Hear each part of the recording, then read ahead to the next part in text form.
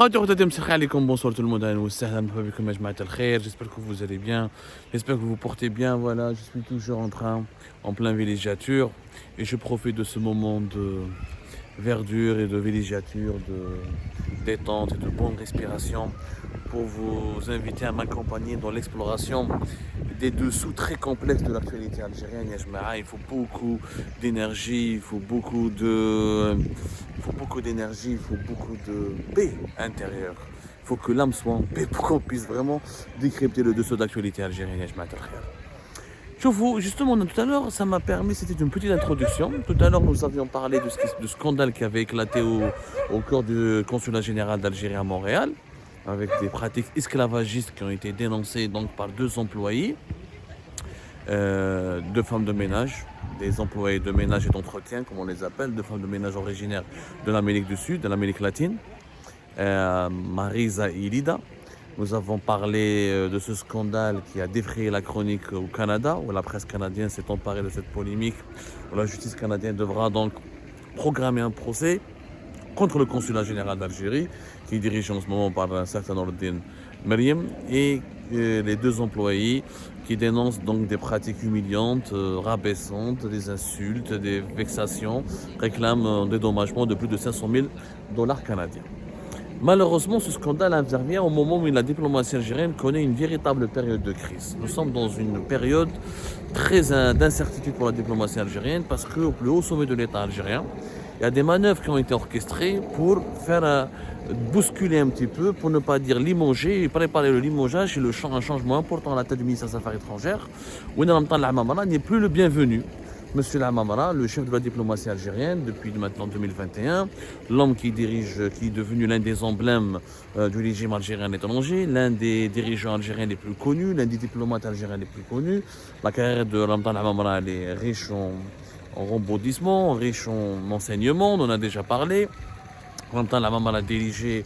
Il était donc l'un des hauts responsables de l'Union africaine, avant de prendre le poste de ministre des Affaires étrangères à l'époque du régime de Bouteflika, avant de pas devenir vice-premier ministre lors de la période troublante du Hirak. Ensuite, il a été dégagé. Durant toute la période Gaïd Salah, il était absent des radars. Il est revenu en 2021, qui m'a fait Algérie Part à maintes reprises à la suite de l'insistance et du lobbying opéré par Saïd Chengriha, chef d'état-major de l'armée, qui a demandé à Tebboune de réhabiliter, de reconfier la diplomatie algérienne à Lamamara en pleine guerre diplomatique et politique contre le Maroc, afin de protéger les intérêts d'Algérie et d'assurer à l'Algérie un certain rayonnement et une certaine efficacité, parce qu'on estime que Lamamara est le meilleur et le plus réseauté, le plus influent, et le plus sage et le plus connecté des diplomates algériens. Bon, ça c'est un avis que beaucoup ne partagent pas, parce que Lamamara a beaucoup d'admirateurs, mais il a beaucoup de partisans, mais il a aussi beaucoup de détracteurs et d'ennemis. Et Lamamara, malheureusement, n'a jamais fait l'unanimité en Algérie. Les articles d'Algérie Part, sur sa biographie, son parcours, sur comment il est devenu ministre des Affaires étrangères. Et en 2022 déjà, Algérie Part, vous pouvez retrouver les articles d'Algérie Part, avait rapporté qu'il y avait Lamamara avait un gros problème avec l'entourage d'Abdelmajid Tebboune, et que les deux hommes ne se sont jamais entendus, et ne se sont jamais aimés, et ne se sont jamais appréciés. Et depuis 2022, Algérie Part avait consacré plusieurs articles. Nous allons revenir sur ces articles-là dans une prochaine émission, parce que ce sujet, nous allons l'explorer encore d'ici demain, parce que nous sommes en train de confirmer certaines informations, et de confirmer certaines informations assez troublantes pour donc vous offrir un décryptage beaucoup plus complet. Mais Algérie Part a été le seul média qui avait fait des révélations détaillées sur la mise en entente entre Tebboune et Lamamara. Abdelmajid Tebboune ne fait pas confiance à Lamamara, il ne lui a jamais fait confiance, il ne l'a jamais apprécié personnellement, et il ne l'a nommé à la tête du ministère des Affaires étrangères que pour faire plaisir à l'état-major de l'armée, dans un pays à leur tête et à sa tête Saïd Chengriha. Donc c'est l'institution militaire qui a beaucoup plus insisté pour le retour de Lamamara, et c'est elle qui a milité, œuvré pour que Tebboune accepte Lamamara comme chef de la diplomatie algérienne. Et bien aujourd'hui, depuis début d'année 2023, Lamamara se trouve sur un siège éjectable, et la présidence algérienne, comme je vous ai dit, prépare un grand remaniement gouvernemental, un grand remaniement ministériel, qui a été confirmé par Abdelmajid Tebboune, parce qu'il a, depuis le début de ce mois de février, rappelez-vous, le 21 février dernier et le 24 février dernier 2023, à la suite d'une dépêche de l'APS qui a informé, qui a révélé qu'Abdelmajid Tebboune était en colère, qu'il n'était pas du tout content du bilan du gouvernement actuel et qu'il était vraiment très déçu par certaines décisions, certaines lenteurs, certaines mauvaises performances et mauvais bilans de plusieurs ministres actuellement aux commandes du gouvernement et qu'il désire faire un changement. Il l'a confirmé lui-même indirectement qu'il a envie de faire du changement, mais il a confirmé directement qu'il était en colère et qu'il n'était pas du tout content avec la manière, la manière avec laquelle le gouvernement actuel gère le pays. Ça, c'était le 24, regardez son entretien télévisé, son interview télévisée le 24 février 2023. Et bien, parmi les ministres qui devront partir, qui sont appelés à partir et à être remplacés, on parle de Ramtan Lamamra, qui n'a plus la confiance d'Abdelmajid Tebboune, d'ailleurs qu'il ne l'a jamais eu. Mais Lamamra, visiblement, ses soutiens au sein de l'institution militaire sont en train de le lâcher. Et Tebboune fait un lobbying important. À une année des élections présidentielles de 2024, ce n'est pas fortuit. Tebboune a insisté, il a signé et persisté. Il a envoyé des messages très clairs à travers des émissaires au soutien de Ramtan Lamamra au sein de l'institution militaire, et au sein de l'état-major de l'armée nationale et populaire, notamment à Saïd Chenguereha et à son entourage. Il ne veut plus de Ramtan Lamamra à la tête du ministère des Affaires étrangères. Bon, pourquoi ça, on un sujet à part. Pourquoi Tebboune, à une année des élections présidentielles, veut éliminer Lamamra? Moi, j'ai une thèse que je suis en train de confirmer à travers des informations palpables. Parce que je ne peux pas vous dire ce que je pense si je n'ai pas confronté ce que je pense à ce qui se passe réellement dans la réalité. Il faut des faits, d'abord les faits, le commentaire ensuite. Moi, je doute que Abdelmajid Tebboune a peur de Lamamra. Il veut le neutraliser dès maintenant pour éviter qu'il puisse le gêner éventuellement en 2024 parce que plusieurs informations certifient que Lamamra a des ambitions présidentielles, que Lamamra pourrait être le plan B du régime algérien si Abdelmajid Tebboune ne brigue pas un deuxième mandat. Mais ce côté-là, cette dimension du problème, on va en parler plus tard.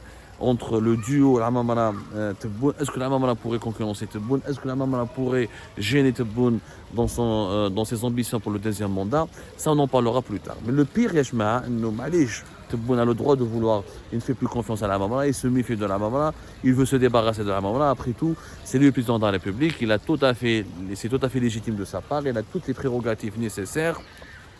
Il a toute la légitimité de remplacer son ministre des Affaires étrangères et de choisir un ministre qui est ou issu de son entourage ou avec lequel il a envie de collaborer et de travailler. Sauf que le premier prétendant à la succession de Ramtan Lamamra, c'est quelqu'un de hyper dangereux et de hyper compliqué. Et franchement, je vais vous dire, ça sera une grave mauvaise nouvelle, une très dangereuse mauvaise nouvelle pour la diplomatie algérienne, parce que ce monsieur est celui qui va remplacer Lamamra à la tête de la diplomatie algérienne. On peut dire bye bye à la diplomatie algérienne, et je vous dis que l'Algérie n'hésitera pas à faire une guerre avec le Maroc, et que la guerre entre le Maroc et l'Algérie, qui était pour le moment une simple probabilité, risque maintenant d'être plus qu'une probabilité, mais un risque majeur. Elle risque d'être malheureusement une réalité malheureuse à laquelle on se dirige et on s'achemine. Ce monsieur s'appelle Ammar Belhani. Ammar Belhani ou la Ammar Belhani, comme il est l'actuel secrétaire général du ministère des Affaires étrangères. Depuis septembre 2022, il est le secrétaire général du ministère des Affaires étrangères et beaucoup de sources au sein de la diplomatie algérienne, au sein du ministère des Affaires étrangères, confirment que réellement c'est lui le ministre. En fait, la diplomatie algérienne, elle a deux ministres. Elle a Ammar Belhani, le secrétaire général, et Ramtan Lamamra. Ramtan Lamamra ne يتفاهمش مع Ammar Belhani. Ou Ammar Belhani ne يتفاهمش مع Lamamra. Et celui qui parle le plus au conseiller du président, celui qui a accès directement à la présidence, et celui qui a la confiance de la présidence, c'est Ammar Belhani et c'est pas Ramtan Lamamra. Le SG du ministère algérien des Affaires étrangères, et je vous le confirme, je le tiens de plusieurs sources concordantes et bien informées, bien introduites au sein du régime algérien, et celui qui collabore le plus activement et qui a un accès direct et qui traite directement et régulièrement avec la présidence de la République. Ramtan Lamamra a beaucoup moins de contact avec les conseillers de Tebboune et Abdelmajid Tebboune lui-même que son secrétaire général Ammar Belhani. Donc, Ammar Belhani n'est pas du tout l'homme de confiance de Ramtan Lamamra et il n'est pas du tout son collaborateur préféré.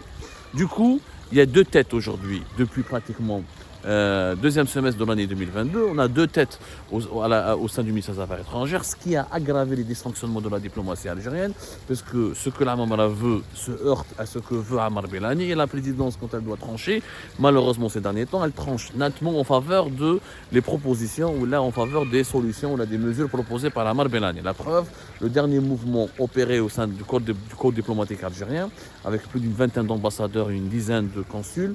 C'était le 23 février 2023 dernier. Et malheureusement, d'après toutes nos informations que nous avons pu les confirmer auprès de nos sources, c'est monsieur, tous les ambassadeurs et les diplomates proches de Ramtana Mamra ont été éjectés, admis à la retraite, remplacés ou changés.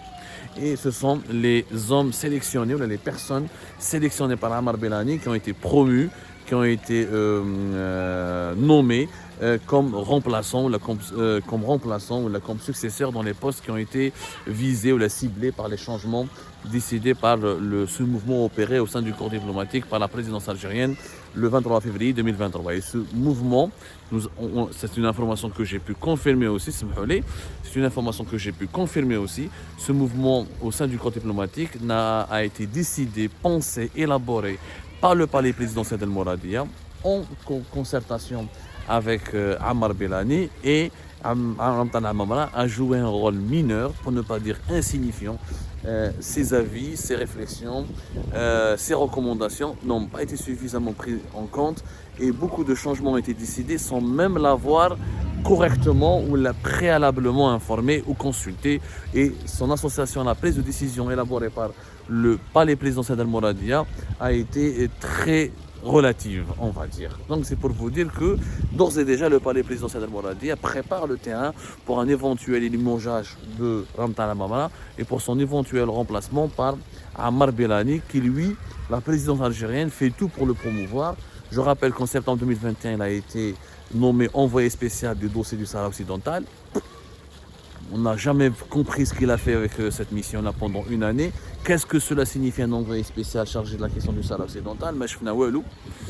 Le pire, c'est que le parcours et la personnalité d'Ammar Belani, la personnalité de Ammar Belani est très complexe, vraiment très complexe.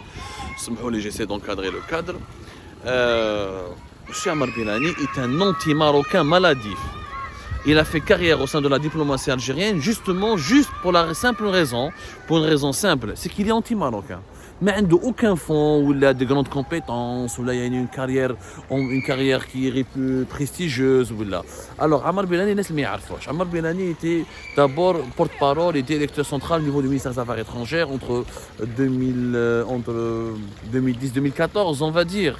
Il était connu uniquement pour ce poste-là. Entre 2009, 2010 jusqu'à 2014, il a travaillé à la direction centrale et générale du ministère des Affaires étrangères. Notamment, il a occupé le poste de porte-parole. Il s'est fait connaître lorsqu'il était ambassadeur d'Algérie en Belgique de 2014 à 2020. Il a mis beaucoup, c'est ça le poste qu'il a occupé le plus longtemps possible. Il était aussi chargé, représentant de l'Algérie auprès de l'Union européenne. Il était aussi le représentant de l'Algérie auprès de l'OTAN. Et durant sa carrière en Belgique, à Bruxelles, tout ce qu'il faisait, c'était de dénoncer le Maroc et de parler du Sahara occidental. Le monsieur travaillait beaucoup plus pour le Sahara occidental et les Sahraouis que pour l'Algérie.